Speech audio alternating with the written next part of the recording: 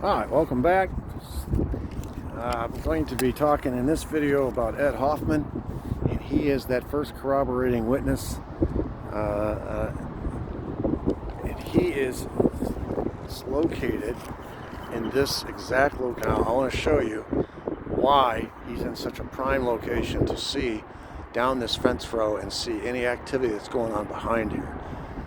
He is standing right here at this bridge, watching and waiting for his turn to see the motorcade. So he periodically, according to his testimony, he'd stand here, lean up against this bridge, then he would turn and he would just kind of pace. And one of the times that he was pacing, he looked down this fence line right here and he saw two men.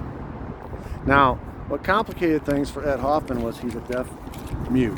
So he couldn't communicate except through sign language. And a lot of people misinterpreted that, especially in the 60s, to mean deaf and dumb. But he was not deaf, he was not dumb. He just couldn't hear and he couldn't speak. He used sign language. But his other senses were very, very keen.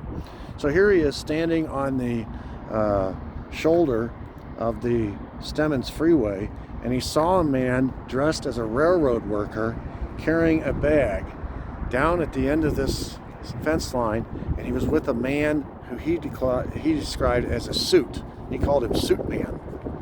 And they were both behind the picket fence. And he said the railroad man handed Suit Man an assembled rifle. He's just sitting there watching this whole thing. Hoffman couldn't hear anything, but next he saw a puff of smoke right there in that vicinity. Suit Man then handed the rifle back to the railroad worker, who disassembled it and put it back in the bag. Both men left in opposite directions. He said the guy with the gun in the bag, dressed like a railroad worker, came directly at him down this fence row and ended up walking past him to the rail lines. He said, what I did, I was standing here, I saw him coming, I walked back over here and pretended like I wasn't paying any attention, but I was watching him. And he walked down this fence row, he walked behind me, and he walked to the railroad bridge. And he said the other man walked around the fence and left in the opposite direction, which is basically the same testimony we've heard from Beverly Oliver and Bobby Hargis, and we'll later hear from Lee Bowers, who was in that railroad tower. So these are corroborating witnesses. So what did Hoffman do with that information? He tried like the devil to share this information with anyone who would listen. Just nobody would. He went to the Secret Service right away, told the agents what he had seen, but they couldn't understand it. And they actually threatened him with a machine gun. Later we found out it was George Hickey, one of the Secret Service agents, who threatened him, told him to get out of his face. So then he goes to a Dallas police officer. He tries to tell a Dallas cop, who we found out later was Earl Brown. Brown waved him away as well because he couldn't understand it. So then Hoffman went to the FBI office, and no officers were there, but he wrote out a statement, a very detailed statement, saying everything I just said to you, but the FBI, and he left it with the receptionist, but the FBI never responded. So then he goes home and he tells his daddy, Frederick Hoffman. His daddy was concerned he might be in danger, so he told him, don't tell anybody. So then he goes and tells his uncle, Robert Hoffman, who is a Dallas cop. The Dallas cop, Robert Hoffman, his uncle, was thinking about taking the story to the Dallas police, changed his mind because he talked to Frederick. And he realized that his daddy was very, very concerned that Eddie knew anything about the assassination at all. And he said, quote, it was a time when suspicions were running high, and he, Fred, was worried that Eddie was getting involved in any way. It just wasn't a time for loose statements that couldn't be proved or backed up with any evidence. So he didn't do anything with it. In 1967, so 4 years goes by, June of 1967, Ed finally takes the story back to the FBI. This is the second time now he's gone to the FBI. When agents checked out his story, they in the process of investigating, talked to his daddy, Fred, and they reported in their report that, quote, the father of Ed Hoffman stated that he did not believe that his son had seen anything of value and doubted that he had observed any men running from the Texas School Book Depository, and for this reason had not mentioned it to the FBI. And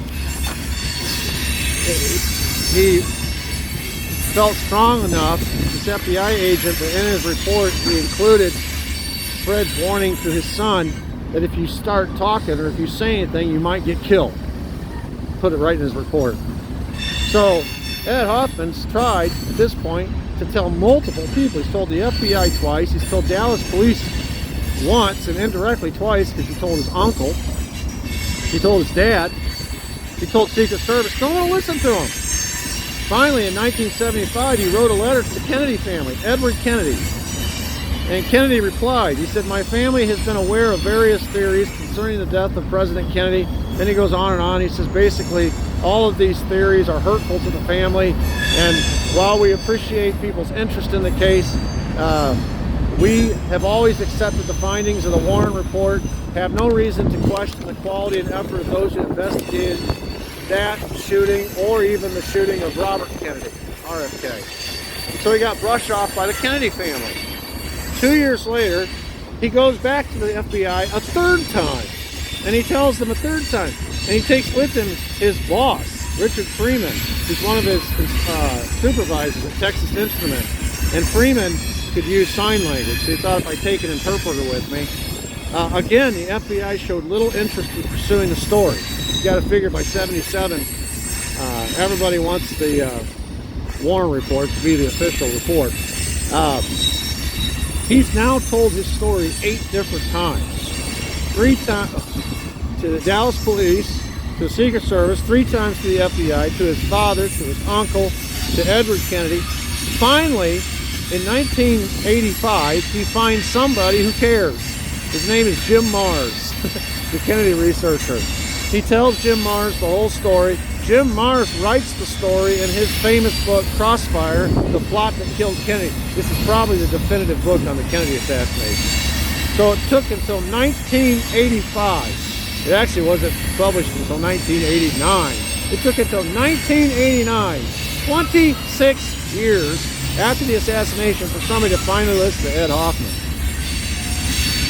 So the question is, well, and this is the question that Jim Marrs had to answer, is Ed Hoffman credible? Well, by this time, Jim Marrs, who's been researching this from the get-go, knows what Lee Bowers has already said. The story Lee Bowers said stood alone for a long time until Ed Hoffman come along. What did Lee Bowers say? Remember now, Lee Bowers is this guy in that tower right there. So he's got the same view. He's looking at the picket fence from this direction, whereas Ed Hoffman was looking at it from that direction. But he's in this railroad bridge. Ed Hoffman had said, and this is in '63, he told Dallas police this, he told FBI this, he told the Warren Commission this. Obviously he has this great view, and so his story, pardon me a second, in the middle of a parking lot here, is that he saw a railroad worker and a man in a suit, just like Ed Hoffman, who called it Suit Man, behind the picket fence on the grassy knoll. And he told Dallas police and the FBI, quote, "These men were the only 2 strangers in the area. The others were workers whom I knew." Of course, he's been working here forever. He knows every car, he knows every person. He said the 2 men were there while the shots were fired. And then they left. And he said they left in the exact same way that Ed Hoffman said that they left. This is corroboration of Hoffman's story about the railroad worker and also the suit man. Bowers was also able to tell the Warren Commission about 3 cars that had entered the forbidden area and that they were just circulating around in this parking area. One of them had what looked like a radio up to his ear or his mouth, and his ear and his mouth, and he was talking into it. And all the while, Lee Bowers was watching him. Now, the Warren Commission didn't do anything with Lee Bowers' story, because he was the only one telling it at the time. FBI didn't do anything with it. Dallas police didn't do anything with it. Mark Lane interviewed him in 1966, 3 years later. And he wrote a book called Rush to Judgment, another very outstanding work on this assassination. And in that book, he wrote, quote, "At the time of the shooting," this is a direct quote from Lee Bowers, At the time of the shooting, in the vicinity of where the two men I have described were, there was a flash of light, or as far as I'm concerned, something I couldn't identify, but there was something which occurred which caught my eye in this immediate area on the embankment. And he says, now what this was, I couldn't state at that time, and at that time I could not identify it. Other than there was some unusual occurrence, a flash of light or smoke or something which caused me to feel like something out of the ordinary had occurred there. All right, so this is the story that he told the FBI. This is the story he told Dallas police. This is the story he told the Warren Commission. And because no one knew about Ed Hoffman yet, and no one knew about Roscoe White yet, the story was hanging out there like a big old matzo ball by itself, and they just disregarded it. But now pieces are starting to come together, and it's corroborating other stories, and other stories are corroborating it. Anyway, the principals, and when I say that, I mean the folks involved in the conspiracy, knew how dangerous the story was. And according to Penn Jones, the editor of Texas Midlothian Mirror, Bowers started receiving death threats after he gave this evidence to the Warren Commission, and especially after he told his story to Mark Lane.